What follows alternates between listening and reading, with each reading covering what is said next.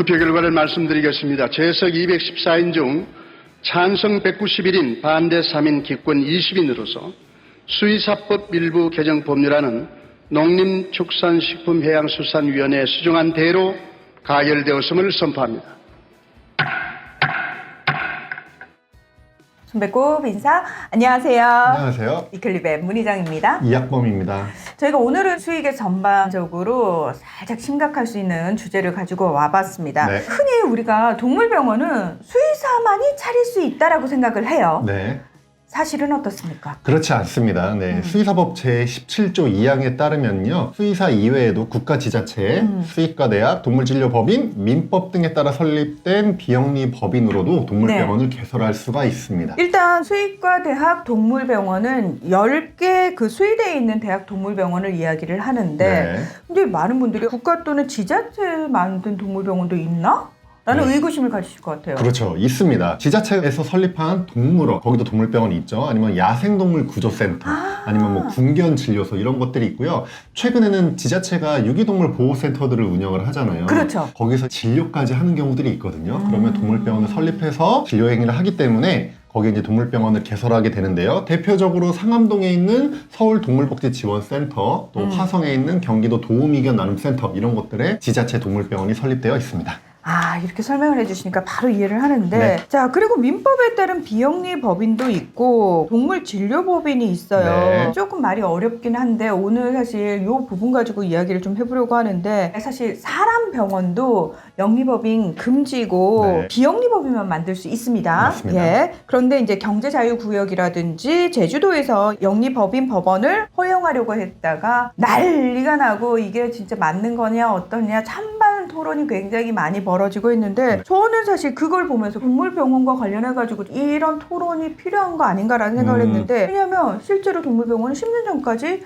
영리병원 가능했어요. 가능했습니다. 네. 의료법에 의료법인이라고 이제 명시가 되어 있어요. 네. 의사 말고 의료법인으로도 병원을 만들 수가 있는데 이게 바로 비영리법인입니다. 비영리법인. 네, 마찬가지로 수의사법에는 동물진료법인이 있는데 이게 이제 재단법인 같은 비영리법인 형태로만 설립할 수 있는 거거든요. 네. 그런데 2013년 7월까지는 그 전까지는 영리법인으로도 만들 수 있었습니다. 아, 2013년 7월까지는 영리법인으로도 동물병원을 만들 수 있었다. 네, 근데 지금은 이제 금지가 된 거죠.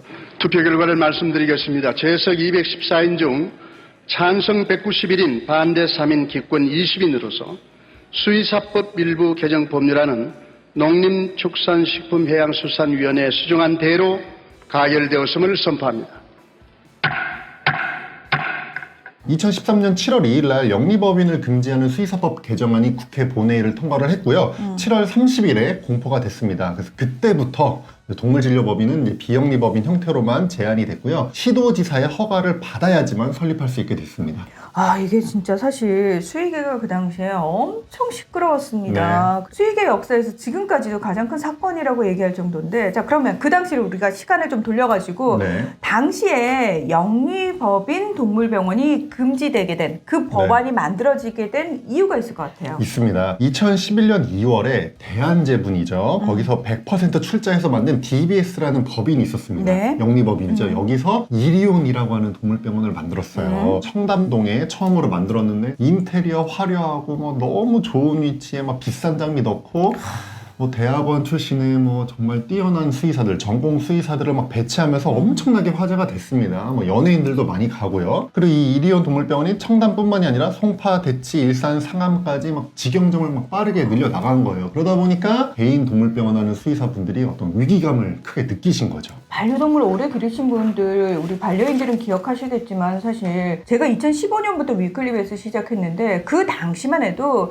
지금 말씀하신 그런 엄청난 의리의리한 동물병원은 정말 소수였어요. 그렇죠. 그냥 대다수 수의사 선생님들은 개인 병원하고 대다수의 반려인들도 사실 우리 동네에 우리 아이의 주치의 선생님처럼 늘 예, 동네 병원 갔었거든요. 맞습니다. 그 당시에 사실 수의사 선생님들 입장에서는 상당한 위기감을 느낄 수밖에 없는 분위기 분위기였어요. 맞습니다. 지금도 70%가 넘는 동물병원 1인 동물병원이라는 통계가 있거든요. 그런데 2011년이었으니까 이게 얼마나 큰 위기감을 느끼셨겠어요. 게다가 당시 어떤 얘기까지 나왔냐면 미국에는 벤필드 뭐 VCA라고 하는 프랜차이즈 동물병원가 있습니다. 이 브랜드가 한국에 진출한다는 얘기까지 나왔어요. 그러니까 수의사분들이 지금 대기업도 뛰어들어왔는데 또 어떤 대기업이 들어올지도 모르는데 막 미국의 자본이 들어와서 프랜차이즈 동물병원을 만든다? 그러면 수의사들은 결국에 이런 대형 프랜차이즈나 어떤 대기업에 소속될 수밖에 없고 그럼 당연히 과도한 이윤 추구를 하게 되면서 매출 압박을 느낄 거고 결국에 수의사들이 이렇게 하다 보면은 소비자와 반려동물이 피해를 입지 않겠냐 이런 분위기가 팽배해지면서 법 개정까지 가게 된 거죠. 상식적으로 경제 논리를 이야기를 할 때 이렇게 크고 좋은 투자가 엄청 많이 들어오는 동물병원이 있고 개인이 하는 병원에 있을 때 소비자들이 진료비가 비슷하다 그러면은 당연히 좋은 걸 선택을 하는 네. 경향이 있잖아요. 그럼요. 그런 상황이었다면 당시에 우리가 생각해 볼 수 있었던 시나리오는 그러면 이 프랜차이즈 병원들이 그냥 아주 작은 병원들을 쑥 다 빨아먹는 거 아니야 라는 위기감 같은 거 그런 분위기 속에서 이 법안이 통과가 됐잖아요. 맞습니다. 자 그러면 기존의 그 영리법인하고 비영리 동물진료법인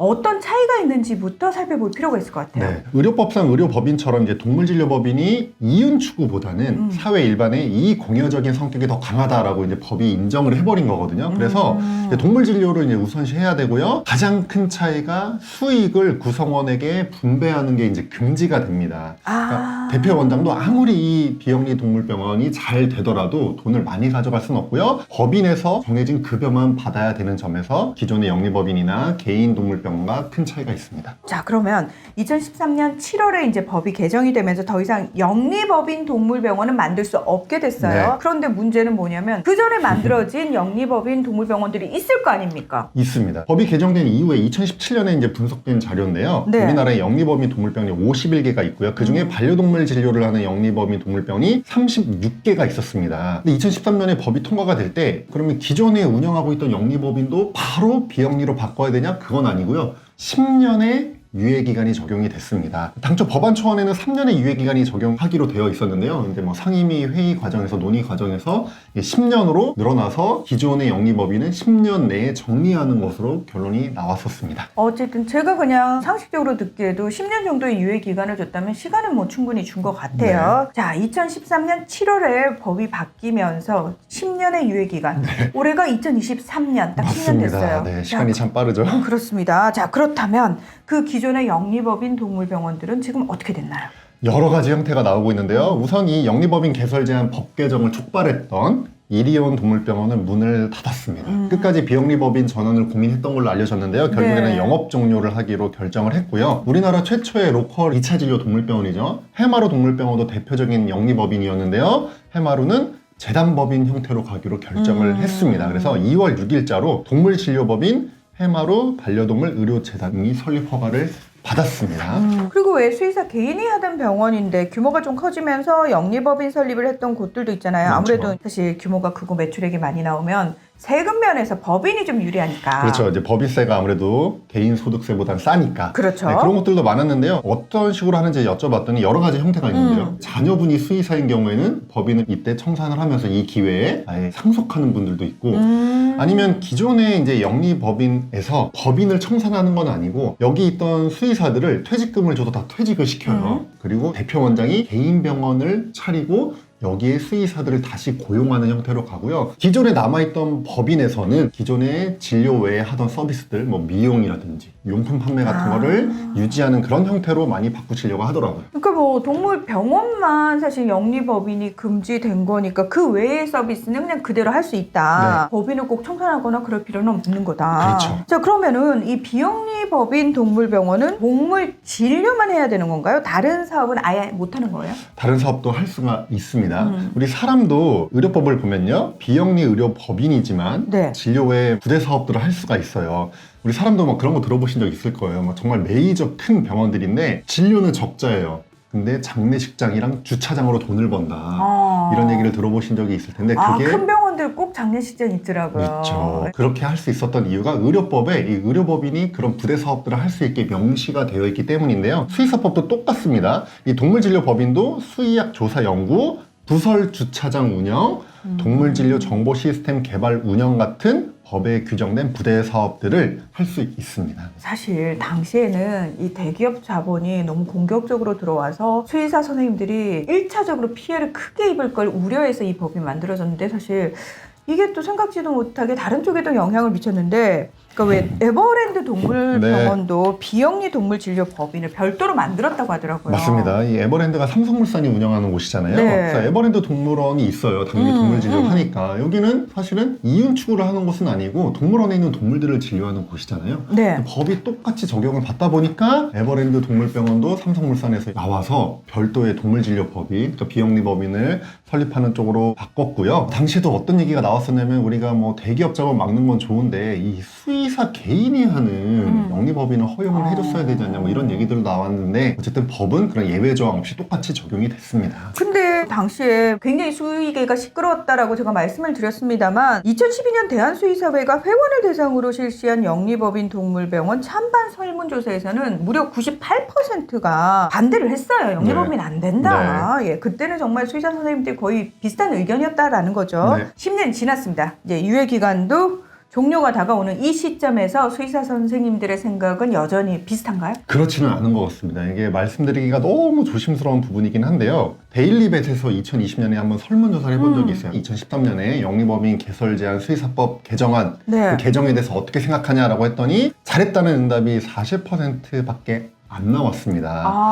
그러니까 지금도 수의사분들 사이에서 의견이 갈리는데요. 사실은 이게 지나서 얘기하는 게 결과론적인 얘기죠. 그래서 뭐 잘못했다는 평가도 있고 잘했다는 평가도 있고 한데 주로 이제 젊은 수의사나 수의대생 분들은 좀 잘못했다라고 평가하는 경향이 좀 있는 것 같아요. 네. 하지만 그 당시에는 대부분의 수의사가 영리법인 개설 제안에 찬성하는 분위기였던 거는 분명히 맞습니다. 그런 말 있잖아요. 왜 그때는 맞고 지금은 틀리다. 네. 10년 전이잖아요. 네.